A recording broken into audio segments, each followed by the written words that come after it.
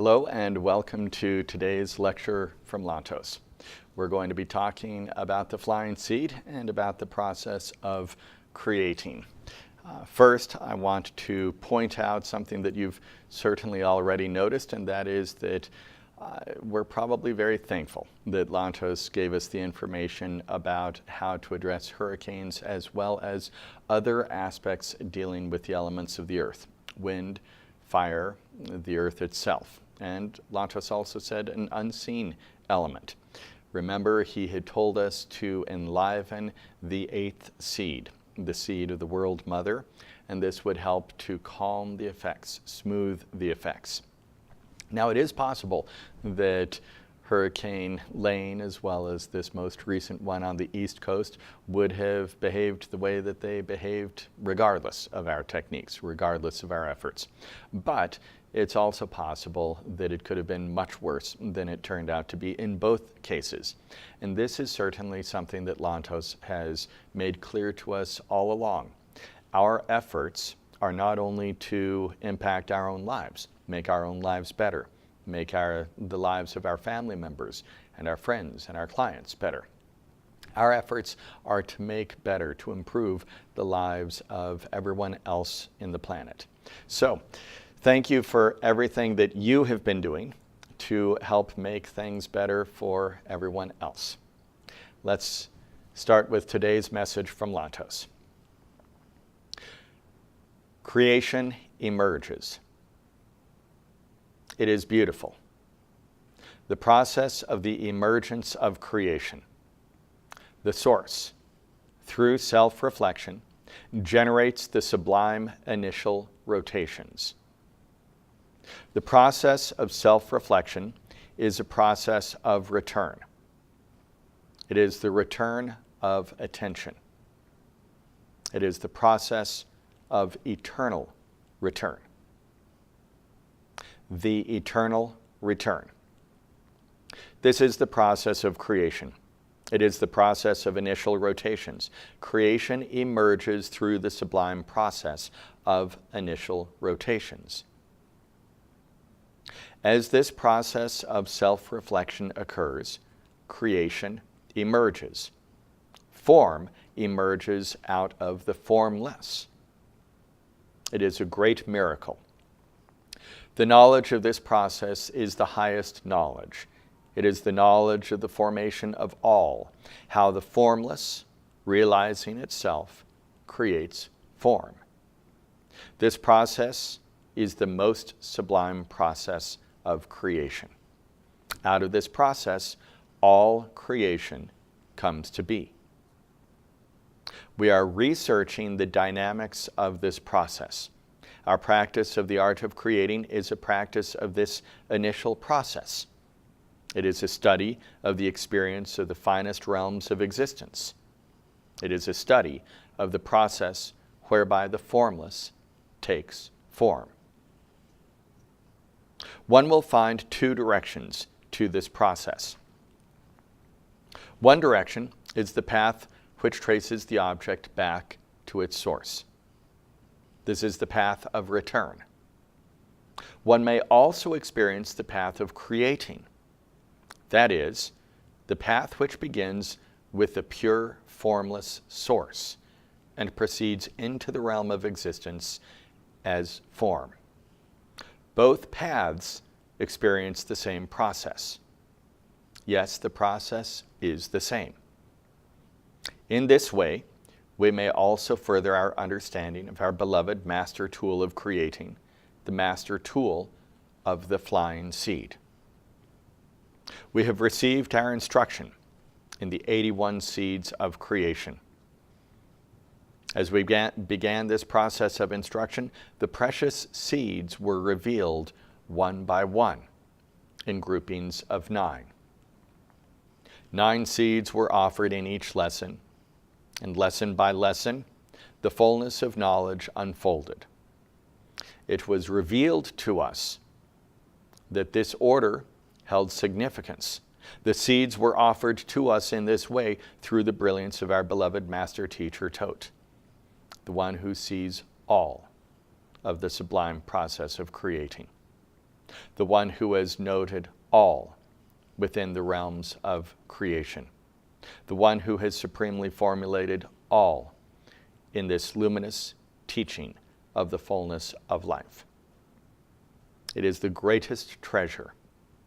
The glory of creation is contained within this teaching. 81 seeds, 81 supreme seeds of knowledge.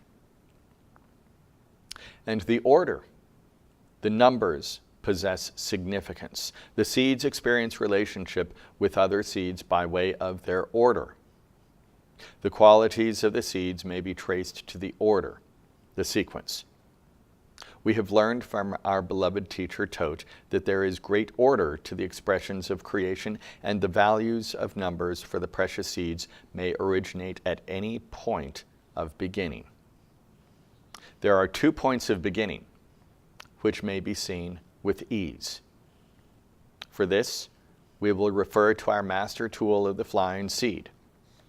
At the base, the spiral begins with a seed of the aqua sphere. This is 1 point of beginning. Another point of beginning is located at the top of our clear 8-sided pyramid. This seed represents the sphere of first rays. In this way, we find 2 paths of entry, and from either path, the numbering has significance. Both paths lead to fullness. Fullness of knowledge, fullness of experience. We have begun our studies along 1 path of knowledge, 1 direction of numbering. We will now begin to understand the values offered by adding the 2nd direction of knowledge. Wholeness emerges. First 1 wholeness forms, then another forms, and out of the relationship of these 2 fullnesses, a 3rd, greater wholeness is realized. It is a realization of the greatest value of wholeness. Out of the dynamic relationship of these 2 fullnesses, a greater fullness is formed. Now that we have some experience with 1 set of fullness, we will add to this framework a 2nd set of fullness. This generates the greater value of fullness. It is very good. In this year of the flying seed, our knowledge of creation continues to expand. With this greater fullness, we will map the cosmic spheres, and we will identify the harmonics which form through these energies. This knowledge of the greater fullness brings to light the forces which structure the unfoldment of life along the currents of time. We will apply this great fullness. Yes, it is the great fullness to our evaluation of the harmonics which form on the individual level of expression. Harmonic locations is the understanding of the harmonic interactions of the 81 seeds of creation. Just as layers may be found in all of life's expressions, we will research the layers of harmonic influences. The great fullness offers knowledge on all layers of life. Very good. Yes, this is a good introduction to our expansion of fullness. It is very good. Many blessings. Okay, a beautiful message, and some of you may be wondering, what is he talking about? When you think of the design of the flying seed, you have the pyramid point at the top, and then it goes in a spiraling pyramid shape, getting larger and larger until it reaches the base. I've pulled up a picture of the pendant of eternal light, a tool that each of you has. And the flying seed could effectively be seen as the top half of the pendant of eternal light, if you don't include the little clasp. And so the very peak of this would be seed number 1. And then you go to the base of the spirals, and that would be seed number 81. Now, I don't know if you remember, but back at the beginning of July, when Lantos gave us a technique that he wanted us doing during that period of time, the first 10 days of July, he mentioned that we could go from seed 1 to seed 81, then there would be a gap, and then we would proceed to seed 81 again, and proceed all the way down to seed 1. And that this would continue on and on. From seed 1, there's a gap, then you go back to seed 1 and up to 81, then a gap, then back to 81 and back down to 1. And it was a confusing message, but it was certainly interesting. When we look at the pendant of eternal light, we can see what he was meaning regarding from 1 to 81, then back from 81 to 1. If we start at the top of the pendant of eternal light, that would be seed 1 of the flying seed. Then it goes to the largest spiral, which on the pendant of eternal line would be a pendant of eternal light, would be the middle spiral. That would be where we would find seed 81. And then from there to the bottom of the pendant of eternal light, we go back to seed 1 at the very bottom. Lantos has said over and over, as above, so below. So the reflection of the flying seed on the top is seen on the bottom, just in reverse order, starting with seed 81, going down to seed 1 at the bottom. Now, those of you who have taken the teacher training course, and many of you are going to be taking the teacher training course next week, I'll be seeing you in just 6 days in Los Angeles, you will learn that the chamber of eternal light has a very strong connection with the flying seed. This is the reason that the chamber of eternal light is positioned inside the flying seed on the same level as the base spiral of the flying seed, because that chamber of eternal light represents the bottom half of the flying seed, the bottom half of the pendant of eternal light, the flying seed which would begin at seed 81 going downward to a point of seed 1. These 81 seeds are represented with the chamber of eternal light that sits within our flying seed.